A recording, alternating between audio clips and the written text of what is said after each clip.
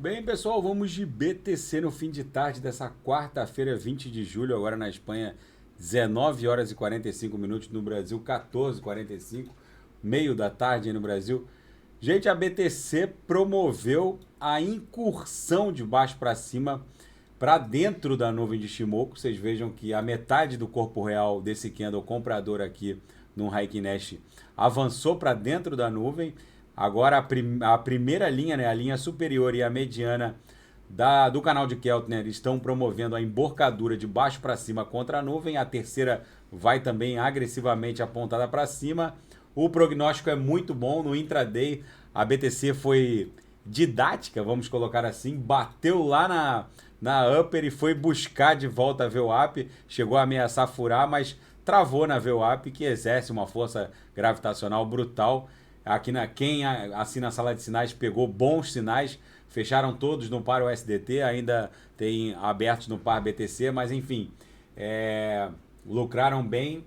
Aqui na nossa banda de VWAP mensal, a gente está basicamente esgarçando a upper, formando aqui um Morobuzu. Vocês vejam que a gente já está avançando para o terceiro quadrante, então já é praticamente um Morobuzu. A gente conseguiu superar esse topo aqui na faixa de 22.600. Agora a única coisa que separa a BTC da VWAP mensal em 34 mil dólares é justamente aqui nesse patamar, é essa acumulação aqui na faixa dos 30 mil. Então é muitíssimo provável que a gente dê um Sputnik até 30 mil, forme a onda 2 e numa onda 3 vá buscar 34 mil dólares. É exatamente isso que vai acontecer. No nosso gráfico de Renko ficou bonito. Vocês vejam que a gente abriu mais um boxe comprador, lembrando que o gráfico de Renko não tem nenhum compromisso com o transcurso do tempo, mas sim com a variação do preço. Um box desse aqui pode demorar 10 anos, como pode demorar 1 segundo para ser desenhado. Essa sequência de boxes aqui pode demorar até 50 anos ou 1 segundo. Não depende do transcurso do tempo, mas sim da variação do preço. Vocês vejam que a gente tá a um box de abrir esse meu indicador aqui, ó, que é essa seta aqui, que é o Panic Buy, né? É o Fear, é o FOMO, né? Fear of Missing Out, né? É o medo de ficar de fora da corrida de touros. Então o pessoal do FOMO entra assim que abrir esse meu indicador, que indicia que vem uma pernada de alta consistente, que é o que vai levar a BTC para o patamar de 34 mil dólares, que é justamente essa região aqui. Então vem uma sequência de boxes compradores. E na seara dos fatos, analistas estão dando conta de que esse rally só vai encontrar um refresco em 25.500 no mínimo. E no Brasil, o marco legal dos criptoativos vai ser votado em agosto. O deputado federal Arthur Lira, o presidente da Câmara, avisou que vai ser votado sim o marco legal em agosto. E mais uma exchange suspendeu os saques, né?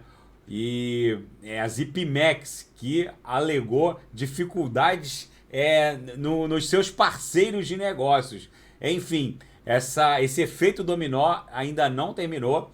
Agora mais uma exchange anuncia a suspensão dos saques, do withdrawal. Enfim,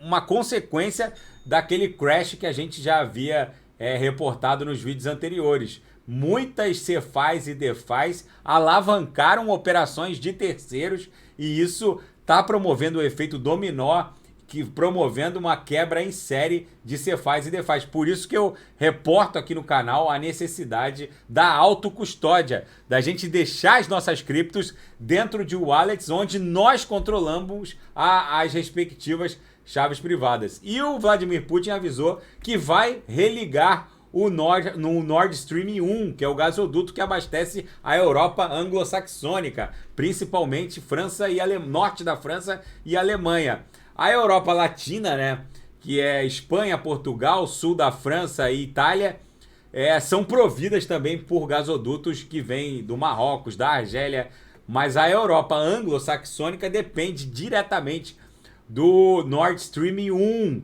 Mas o Vladimir Putin diz que de repente não vem com a capacidade total, pode começar só com 40% do fluxo normal. Ou seja, vem um presentinho aí do Vladimir Putin para o inverno europeu que vai se avizinhando e o fato é que o transporte naval de gás natural é mais complexo, os berços de atracamento na origem e no destino devem ser adaptados, isso é um custo brutal. Vamos ver como isso vai se desdobrar. A BTC basicamente incursionando aqui para dentro da nuvem. Isso aqui é um sinal fortíssimo de que essa corretiva já encontrou fim. Agora o nosso próximo alvo é 30 mil. Aqui a gente vai fazer muito provavelmente o início aqui de uma onda 2. A onda 2 vai bater em 30, recuar para 28, 27 e a onda 3 vai levar a BTC para um patamar de 34, que se confunde aqui, ó, com esses dois suportes que agora vão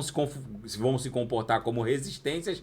Aqui a gente vai formar a onda 4 e a onda 5 vai levar a BTC muito provavelmente para cima desses topos aqui, ó, na faixa de 47, 48 mil dólares. Tá bom, pessoal? Essa vai ser a movimentação da BTC.